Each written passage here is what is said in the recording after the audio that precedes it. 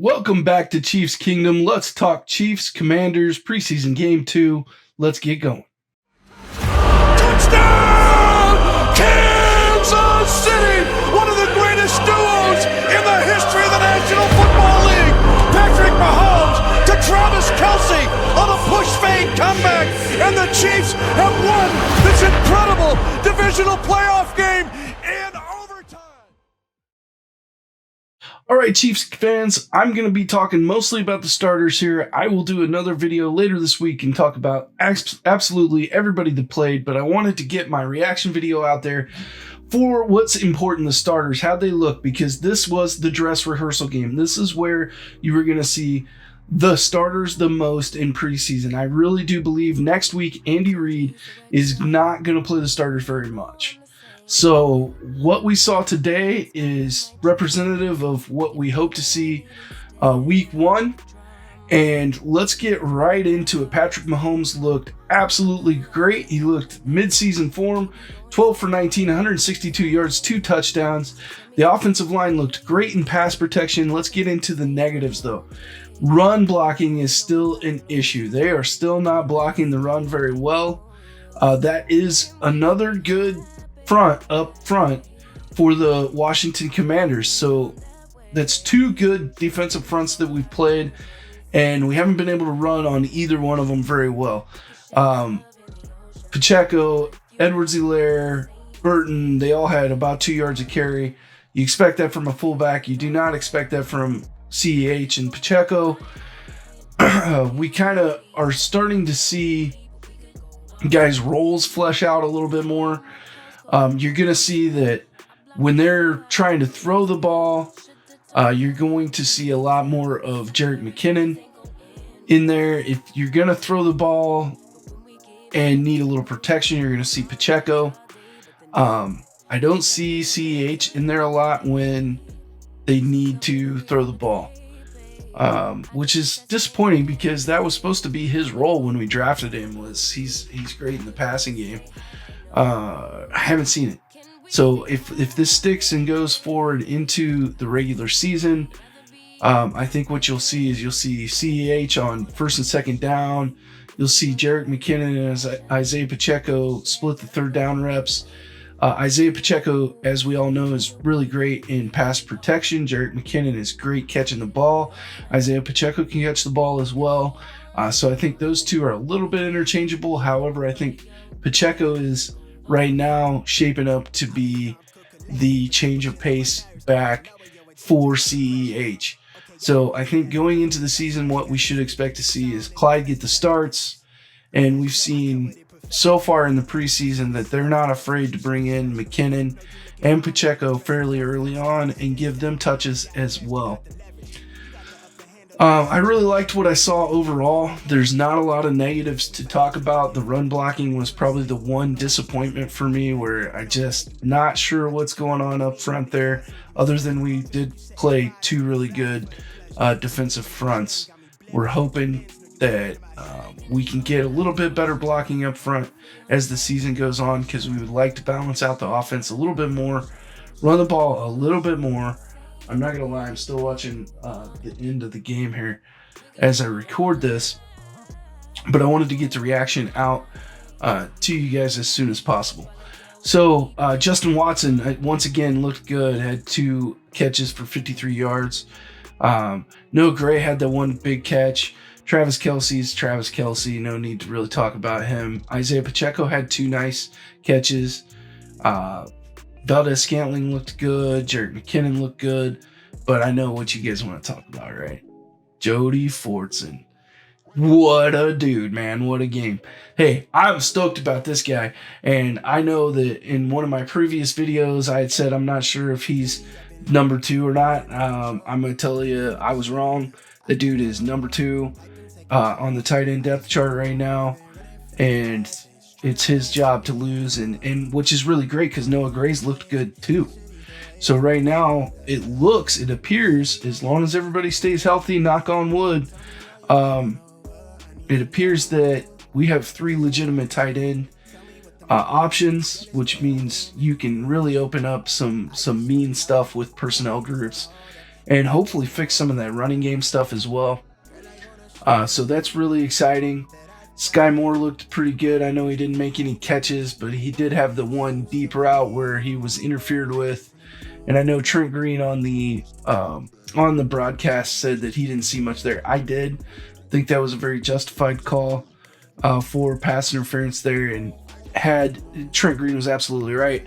Had Pat put that ball more towards the back of the end zone, that would have been a touchdown as well. So I think that was I think those were two different plays. One was a pass interference and one was just broken up in the end zone. So both of those, though, Skye he worked open enough for Pat to see him and throw him the ball. And Pat appears to have no issues throwing Skye Moore the ball, which is very encouraging. That's exciting. Defense looked great. Let's talk about your boy George Karloftis. The dude is winning me over every week. I want to see it in the regular season. I started out as not a big fan of George Karloftis. That's documented on my channel. But like I said, I'm pulling for him. And what he's shown me thus far is that I'm wrong. And I have no problem being wrong. But both sacks, I will say that he's gotten weren't speed sacks. They weren't really even necessarily power sacks. They were more of that motor that everybody talked about prior to the draft of just George Karloftis has a motor and he keeps going. And both of those sacks were hustle sacks. And this one in this game was really impressive to me. He was doubled by the right tackle and the tight end, spun out of it, gets back to the quarterback and brings him down quickly. So that was really nice. I really loved watching him work against the double team there. And frankly, I don't think you're going to see George Karloftis see a lot of double teams once the regular season starts, because we will have Chris Jones in the game as long as he's healthy. And, you can't afford to double team everybody. And if you're going through there and picking who you're going to double team, I don't think that the rookie defensive end is going to be the guy that you pick to double team.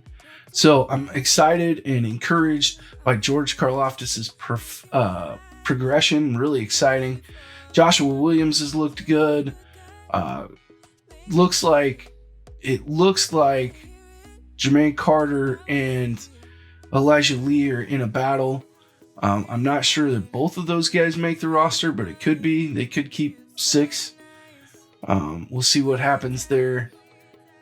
Who else? Juan Thornhill looked impressive. I didn't see a whole bunch from Justin Reed, but he made a couple tackles. So L'Jarius Sneed looked really good in coverage. I mean, we saw some really encouraging things. And so far through 2 games of preseason football, we have seen the starters look dominant. The starters on defense have not allowed to score, and they forced 2 punts in this game, and then I believe 2 punts in the last game against Chicago as well. And the starting offense has scored every single time they had the ball. So really, really encouraging. I'm excited. I know it's the Washington Commanders, but they are a much improved team this year, I believe. And let's face it, even if they're not, they do have dudes on that team, man. And Scary Terry McLaurin and the whole defensive side of the football is really pretty good, man. If you look at the Commanders roster on defense, you got some dudes up front that, sorry, I'm trying to read and talk. I should not do that. You got some dudes up front that can really play and really eat up space. And you saw some of that certainly facing our run game, eating up gaps and really staying to their assignments. So I don't think that this is the Washington Commanders or whatever you want to call them of old, where it's just like, well, you did it against the Commanders. I think they have some real talent on both sides of the ball over there. Certainly Montez Sweat is a guy that I really like on their D-line. He's got a lot of speed. Deron Payne up there is just an animal. And I think, is Ioannidis still there? I'm not sure. Anyway, if he's not, they still have a pretty scary front line there. John Dodson made a nice little grab for the Redskins. He was one of the rookies that had been mocked to the Chiefs a lot in that late first round and mid-second round some. So that was interesting to see. I thought, Karloftis matched up against Cosme was something that I watched a lot, because Cosme coming out of Texas was a tackle that I really liked. Not this last draft, but the draft, I believe, before that. And was a dude that, I was like, okay, Chiefs could grab him. He's second or third year in the league. And certainly a good talent, but it seemed like Karlaftis had his number, which is super exciting, man. So I'm stoked about your Chiefs. I'm not going to make this video real super long. I'm going to try to push out more videos than I normally do this week. It is game week for us at the high school. So we're going to be getting ready for that. We're going to be hyped up and getting the boys ready for that. Super excited. So it's a big football week for me.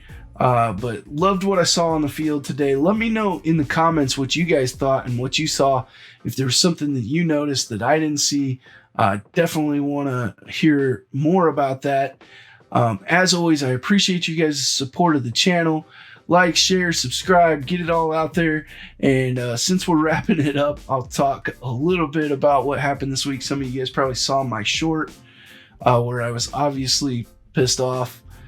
So look, I was in a couple of the Facebook groups for the Chiefs, and I post my videos in there. It's I don't know. I mean, it's not, it is getting my videos out there. I'll be honest about that. But it's also, I just like to discuss things about the Chiefs. It's not like I'm trying to become a millionaire or anything off of this YouTube channel, man. It's not like that. So I posted a short in there about, I don't even remember who it was, man. It was an injury earlier this week, and it was Hardman.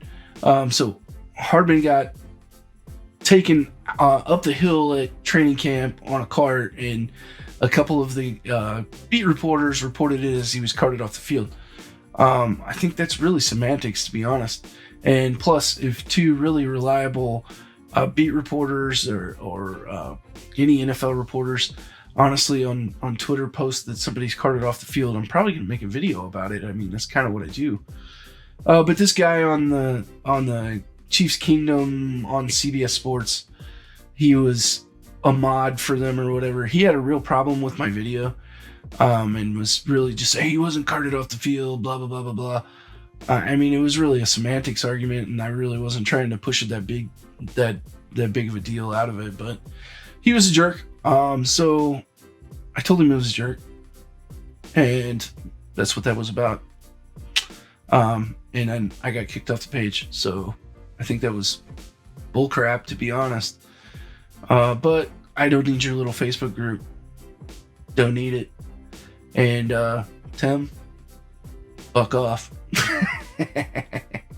Anyway, guys, I just thought I'd let you know what happened there. He was being pretty ridiculous about the whole situation, but anyway, man, let me know what you guys are thinking about the game. I'm stoked. I'm excited. All positivity going out today. So love you guys. Can't wait to talk to you again. Hit me up in the comments, and let's talk Chiefs, man. We'll see you soon. I'm still fly, let's go. It could all be worse, I could be a hater like you. It could all be worse. Pills to make the man, but that poison's gonna kill you. From the inside out.